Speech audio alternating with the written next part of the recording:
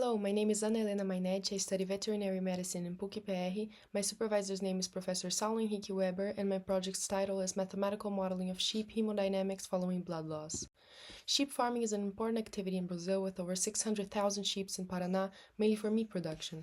One of the main challenges is parasitic infections such as the one caused by Haemonchus contortus, a blood-feeding parasite that causes anemia.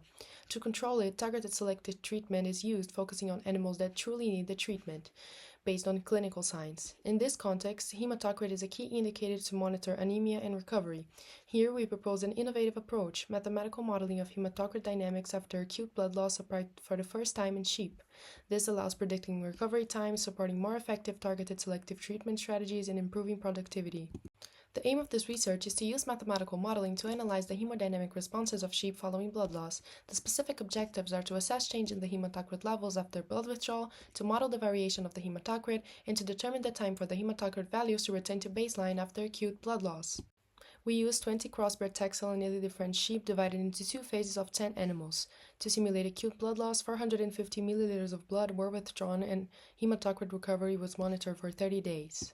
We tried different nonlinear models based on literature review and data trends with hematocrit as a dependent variable and time after blood collection as an independent variable.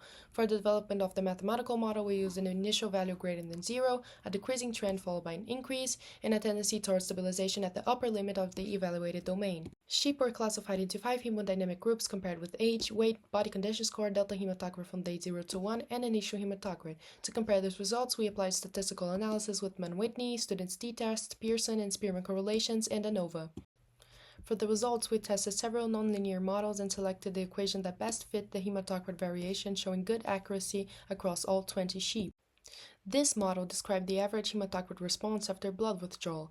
Based on the hemodynamic patterns, the sheep were grouped into 5 categories according to the depth of the hematocrit drop and the speed of recovery, and these groups were compared with age, weight, body condition, delta hematocrit, and initial hematocrit, as shown in Table 1.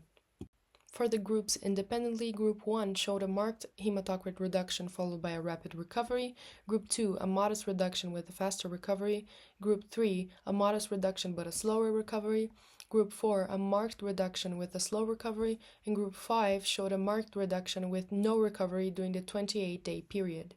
For the statistical analysis, the groups were separated into 2 hematological types. Age, weight, and body condition had no effect on the classification or the recovery. However, the initial hematocrit was negatively correlated with the hematocrit drop, meaning that the higher the starting hematocrit values, the greater the reduction. The classification type also showed a strong positive correlation with delta hematocrit, confirming the classification of the groups.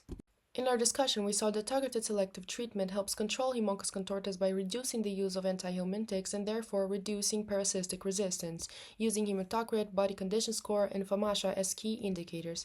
We developed the first mathematical model for sheep simulating hematocrit loss and recovery. Similar models have been applied to other diseases and species such as equine infectious anemia, but this type of tool can optimize targeted selective treatment by improving monitoring and treatment intervals.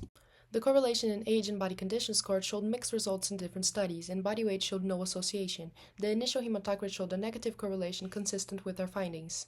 In conclusion, the average hematocrit drop was of 6% with a gradual recovery. This new approach allowed hematological classification into distinct response groups, supporting the use of mathematical modeling for clinical monitoring and parasite management.